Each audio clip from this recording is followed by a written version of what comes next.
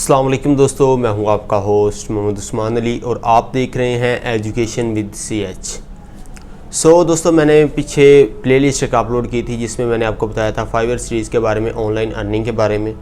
तो वही प्लेलिस्ट आगे चल रही है। तो आज हम इसकी पॉलिसीज़ के ऊपर एक नज़र डालेंगे कि इसकी क्या क्या पॉलिसी हैं, आपने किन चीज़ों का ख्याल रखना है ताकि आपका अकाउंट बैन ना हो और जो है वो आप उस पर गिग्स अपलोड करके ईज़िली आप अर्न कर सकें। तो सबसे पहले अगर आप अकाउंट बनाने की बात करें तो अगर हम अकाउंट बनाते वक्त अपना phone number, mobile number register नहीं करेंगे तो हमारा अकाउंट उस वक्त तक रजिस्टर नहीं होगा, क्योंकि जब तक जितनी देर तक हमारा मोबाइल नंबर रजिस्टर्ड नहीं होगा उतनी देर तक हम गिग अपलोड नहीं कर सकेंगे।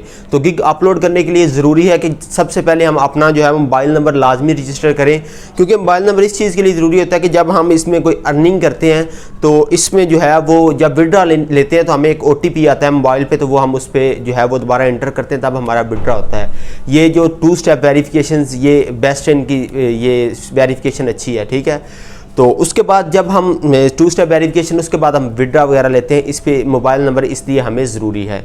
अगर मोबाइल नंबर ना दिया जाए तो आप गिग उसके लिए अपलोड नहीं कर सकते। तो उसके बाद अब हम बात करते हैं जी दूसरी इसकी पॉलिसी के बारे में। दूसरी पॉलिसी ये है कि इसमें आप जो है एकेडमिक रिलेटेड जो है वो वर्क जो है वो नहीं आप इसमें काम कर सकते। जैसे मैंने आपको पीछे गिग्स बनाने का मेथड बताया था, तो वो मैंने बनाई थी असाइनमेंट्स के ऊपर। तो असाइनमेंट्स का जितना भी रिलेटेड मवाद है इसमें वो अलाउड नहीं है। क्यों? क्योंकि ये कहते हैं कि ये एकेडमिक रिलेटेड वर्क है। अगर स्टूडेंट जो है वो आपको आज की लास्ट डेडलाइन है उसकी, तो आपको वो आज की डेट देता है तो उसकी जो है वो टाइम रह जाता है, तो वो उसके लिए मसला बन सकता है। उसका पूरा जो साल है 1 साल मिस हो सकता है। तो इसमें ये जो है ये लाजमी ख्याल रखना है आपने एकेडमिक रिलेटेड वर्क। इसमें यह है कि असाइनमेंट्स के रिलेटेड अगर आपने करना ही है काम तो आप इसमें ऐसा करें कि आप उसमें करें वर्ड एक्सेल डाटा एंट्री के तौर पर एज ए वर्क कर लें। इस तरह इसमें ये होता है कि अगर आप असाइनमेंट आपको मिल भी जाती है तो आप उसमें वर्क कर रहे होते हैं।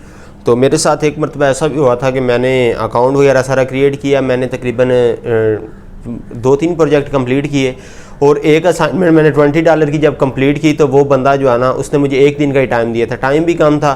मैंने उसको कंप्लीट करके दी तो आगे वो मसला क्या बना, असाइनमेंट ठीक करके दी लेकिन वो कह रहा है कि टाइम का इशू है, मुझे इतने बजे चाहिए थे, आपने इतने बजे दिया है। तो जब भी कोई टास्क वगैरह आप लें तो कहें कि हमें इतनी देर तक चाहिए। जब आप सबमिट कर लेते हैं टास्क वगैरह, उसकी असाइनमेंट्स वगैरह, तो अगर वो बंदा एक्सेप्ट करेगा तो उसके बाद आपको रेटिंग देगा।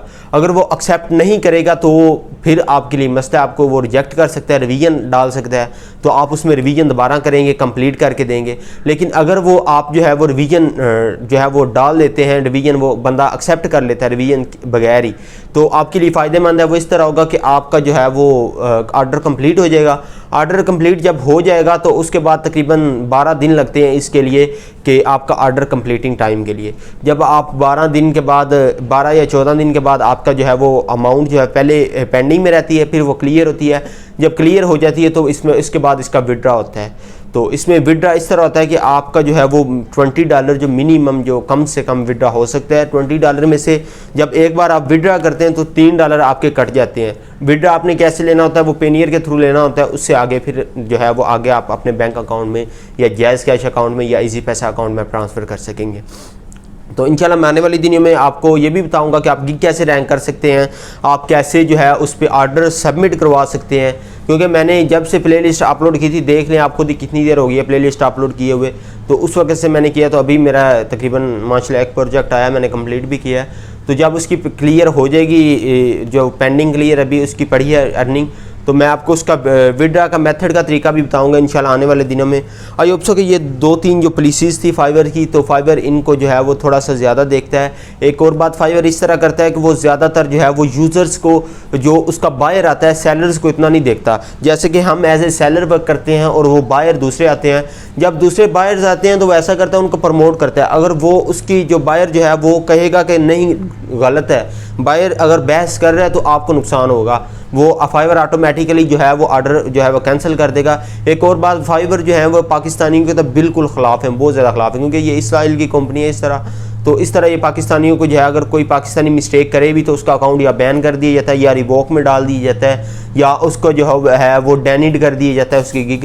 तो इस तरह उसको जो है वो पाकिस्तान हर लिहाज से, लेकिन आपको ऐसा करना है कि आपको हमेशा जो यूज़र सेटिस्फेक्शन है वो लाजमी आपने उस पर फोकस करना है।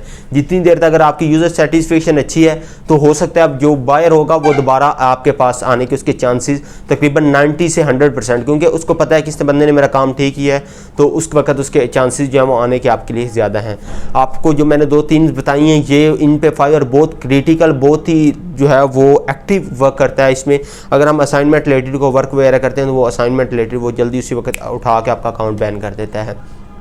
आई होप सो कि आज की वीडियो आपके लिए बहुत ज़्यादा हेल्पफुल रही होगी। चैनल को सब्सक्राइब कर दें और साथ दी के बेल आइकन को दबा दें ताकि मेरी आने वाली हर नई वीडियो आप लोगों को सबसे पहले मिल सके।